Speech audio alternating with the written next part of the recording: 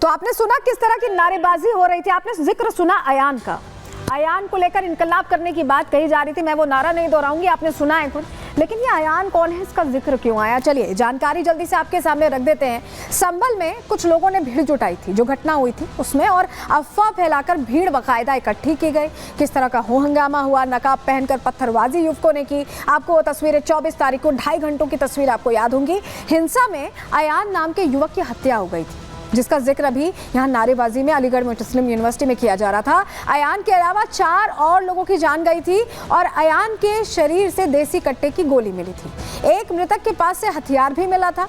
जबरन मृतकों को यहाँ पर शहीद बताने की कोशिश की जा रही है। पत्थरबाजों को शरीफ और मासूम बताया गया। लगातार सपा नेता भी ऐसा करते दिखाई दे रहे थे और अभी भी यहाँ पर जो बयानबाजी हो रही थी, जो धार्मिक नारेबाजी की जा रही थी, वो भी ऐसे ही दिखाई दे रही थी। ऐसे में संभल हिंसा को लेकर ऐसा लग रहा है कि छात्र नेता भी एक्टिव हो गए। जरा सुनवाते हैं छात्र नेता क्या कह रहे हैं, सुनिए पहले। नौजवानों पर गोली चलाने का काम किया है उन्हीं सरकारी अफसरों के द्वारा, जो पूरा साजिश के तहत था, प्री प्लान था। वो लोग अपने घरों को, अपनी दुकानों से, अपनी रेडियो से, अपनी मजदूरी से अपने घरों को लौट रहे थे। उनकी माएँ इंतज़ार कर रही थी, लेकिन उनको नहीं मालूम था कि किस तरीके की गंदगी वाला प्लान बन चुका है और उनके सीनों में गोलियां उतार देने का काम किया गया। अलीगढ़ मुस्लिम यूनिवर्सिटी हमेशा से, जब कहीं पूरी दुनिया में जुल्म होता है तो उस जुल्म के खिलाफ आवाज़ उठाने का काम यहाँ का एक एक तलबा करता है, जैसे कि आप लोग आज देख रहे हैं। हमारी मांग सरकार से यही है कि हमारे मुल्क के जो प्रधानमंत्री हैं और हमारे मुल्क की राष्ट्रपति, उनसे भी हमारी दरख्वास्त है कि इस तरह के अधिकारियों पर एक्शन लेकर इनको निलंबित ही नहीं, इनको कारावास करा देना चाहिए। ये छात्रों की जो रैली निकली, ये कहीं ना कहीं इंसाफ मांगने वाली नहीं, इनकलाब वाली रैली थी, यहाँ तक कि भड़काने वाली रैली थी, ऐसा लगा, क्योंकि पोस्टर्स ऐसे ही लिए गए थे। ऐसे में ये लग रहा है कि छात्र भी, जो छात्र नेता हैं, वो भी उन्हीं पार्टियों के इशारे पर चल रहे हैं और लग रहा है कि आगे इसी तरह के नेता बनने की सोच रहे हैं, और तभी इस तरह का एंगल इस पूरी घटना को दिया जा रहा है। रिपोर्ट देखिए।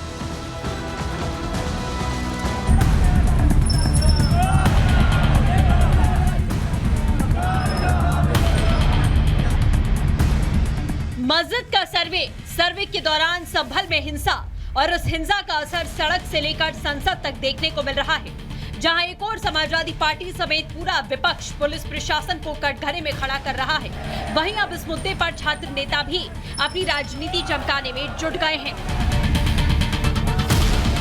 अलीगढ़ मुस्लिम विश्वविद्यालय में मुस्लिम छात्रों ने मार्च निकाला, यूनिवर्सिटी प्रशासन को राष्ट्रपति के नाम ज्ञापन सौंपा और इंसाफ की मांग की। यहाँ तक जो कुछ हुआ वो अभिव्यक्ति की आजादी के तहत ठीक था, लेकिन इस भीड़ को ध्यान से देखने पर पता चला कि इनके हाथों में जो पोस्टर हैं वो इंसाफ मांगने वाले नहीं बल्कि भड़काने वाले हैं। इनके नारे इनकलाब वाले नहीं बल्कि पत्थरबाजों को शहीद बताने वाले हैं।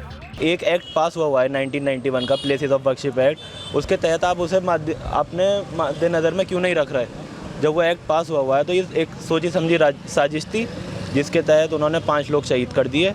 हमारी सरकार से यही डिमांड है कि उन लोगों को मुआवजा दे और उन्हें इंसाफ दिलवाए। उस्मान आरिफ खुद को संभल का रहने वाला बता रहा है। उस्मान एएमयू में वही थ्योरी फैला रहा है जो सपा के नेता और संभल सांसद जियाउर रहमान बर्क पिछले कई दिनों से कह रहे हैं। सभी का जोर इस बात पर है कि संभल में अफवाह फैलने पर हिंसा हुई। सर्वे चल रहा था, एसडीएम मैम जो थी वहाँ पे हौज है मस्जिद में, तो उसको पानी को खाली करवाने को बोल रही थी। तो पब्लिक में ये र्यूमर फैल गया है कि वहाँ की खुदाई स्टार्ट हो गई, तो इस वजह से पब्लिक बाहर निकल कर आई, डिमांड होने लगी। और सर वहाँ पे पब्लिक इकट्ठी थी, फिर सीओ जो हैं, सीओ अनुज कुमार जो हैं, तो उन्होंने पब्लिक को धमकाया और भगाया, जिससे कि र्यूमर फैल गया और फिर स्टोन पेल्टिंग हुई और पुलिस ने स्ट्रेट फायरिंग कर दी। उस्मान के ये बयान सपा नेताओं के बयान के काफी हद तक मेल खाते हैं।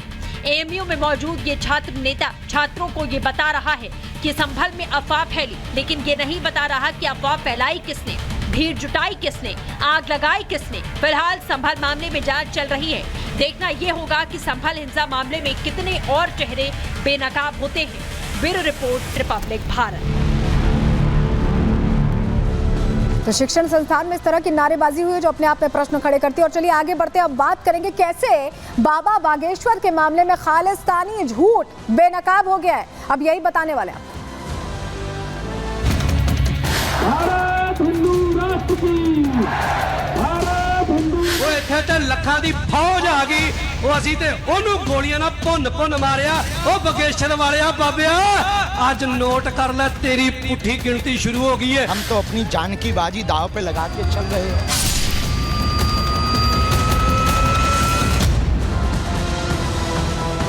देश के बाहर अभी तक खालिस्तानी एक्टिव थे, अब देश के अंदर भी एक्टिव होते दिखाई दे रहे हैं। और यही वजह है कि बाबा बागेश्वर के एक बयान को पहले गलत तरीके से समझा गया, या ये कहें कि गलत तरीके से लोगों को समझाया गया, भड़काने के लिए इस्तेमाल किया गया। और जब साजिश बेनकाब हो गई तो खुलकर सच सामने आ गया है, पूरी तरह से सच्चाई सामने आ गई। चलिए आपको पहले बताते हैं कि मामला क्या है, पूरी खबर क्या है, ये पहले जान लीजिए। क्योंकि जिस तरह से अलग नैरेटिव पेश करने की कोशिश की गई बाबा बागेश्वर के बयान की, दरअसल वो बयान उस परिप्रेक्ष्य में था ही नहीं। पंडित धीरेन्द्र कृष्ण शास्त्री को देखिए जान से मारने की धमकी दी गई। धमकी कट्टरपंथी बरजिंदर परवाना ने दी और उल्टी गिनती शुरू हो गई है बागेश्वर वाले बाबा। इस तरह का बयान खुले मंच पर ये दिया गया और पंजाब आने तक की चुनौती दे डाली बरविंदर परवाना ने। धीरेन्द्र शास्त्री ने हरिहर मंदिर को दरअसल यहाँ पर लेकर बयान दिया था। संभल वाला हरिहर मंदिर है ये, और कट्टरपंथी ने हरमंदिर साहब जो अमृतसर में है यानी गोल्डन टेम्पल से इसे जोड़ दिया। इसे गोल्डन टेम्पल से जोड़ दिया और अपने हिसाब से लोगों के बीच पेश किया। और खुले मंच से ये कहने के बाद धमकी भी दे दी गई। क्या कहा परवाना ने, जरा आपको सुनवाते, कैसे भड़काया है, क्या बयान का मतलब निकाला है, जरा सुनिए। ਇੱਕ ਗੱਲ ਯਾਦ ਰੱਖੀ, ਇੱਥੇ ਤੇ ਤੁਹਾਡੀ ਇੰਦਰਾ ਮਾਂ ਨੂੰ ਅਸੀਂ ਗੱਡੀ ਚਾੜਿਆ, ਉਹਨੂੰ ਨਹੀਂ ਪੈਰ ਪਾਣ ਦਿੱਤਾ ਅੰਦਰ। ਉਹ ਇੱਥੇ ਤੇ ਲੱਖਾਂ ਦੀ ਫੌਜ ਆ ਗਈ, ਉਹ ਅਸੀਂ ਤੇ ਉਹਨੂੰ ਗੋਲੀਆਂ ਨਾਲ ਭੁੰਨ ਮਾਰਿਆ। ਉਹ ਇੱਥੇ ਤੇ ਬਿੰਤਾ ਬੁੱਝੜ ਅਸੀਂ ਚੰਡੀਗੜ੍ਹ ਜਾ ਕੇ ਬੰਬ ਦੇ ਨਾਲ ਠੋਕਿਆ। ਉਹ ਬਗੇਸ਼ਰ ਵਾਲਿਆ ਬਾਬਿਆ, ਅੱਜ ਨੋਟ ਕਰ ਲੈ, ਤੇਰੀ ਪੁੱਠੀ ਗਿਣਤੀ ਸ਼ੁਰੂ ਹੋ ਗਈ ਹੈ। ਟੱਕਰਾਂਗੇ ਤੈਨੂੰ ਵੀ, ਭਾਵੇਂ ਕਿੱਦਾਂ ਤੈਨੂੰ ਗੱਡੀ ਚੜਾਈਏ, ਚੜਾਵਾਂਗੇ ਜ਼ਰੂਰ ਤੈਨੂੰ। ਆ ਤੇ ਸਹੀ देखा खुले मन से कैसे धमकी दी। कपूरथला में ये बयान दिया गया और खुलकर ये कहा गया उल्टी गिनती शुरू हो गई है। जान से मारने की धमकी मंच से दी गई। जिस बयान को लेकर इतना हो हल्ला परवाना ने खड़ा किया, दरअसल ऐसा कुछ बयान का अर्थ ही नहीं था। आप खुद ही सुनिए कि बाबा बागेश्वर ने हरमंदिर मंदिर को लेकर, हरिहर मंदिर जो है संभल का था, ये इससे हरमंदिर साहब का कोई लेना देना नहीं था। सुनिए जरा। एक यहाँ और पावन धाम है उसका हरिहर मंदिर। किसी कारणवश हरिहर मंदिर की पूजा तो बंद है, लेकिन आज भी लोग कहते हैं कि भीतर से आवाज आती है।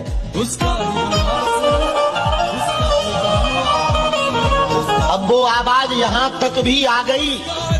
अब तो हम कहेंगे जल्दी से जल्दी उस मंदिर की पूजा भी प्रारंभ हो जानी चाहिए। जब अयोध्या में राम जी बैठ गए, काशी में नंदी भगवान निकल आए, ओड़त भय, अब हरिहर मंदिर में भी अभिषेक और रुद्राभिषेक हो जाना चाहिए।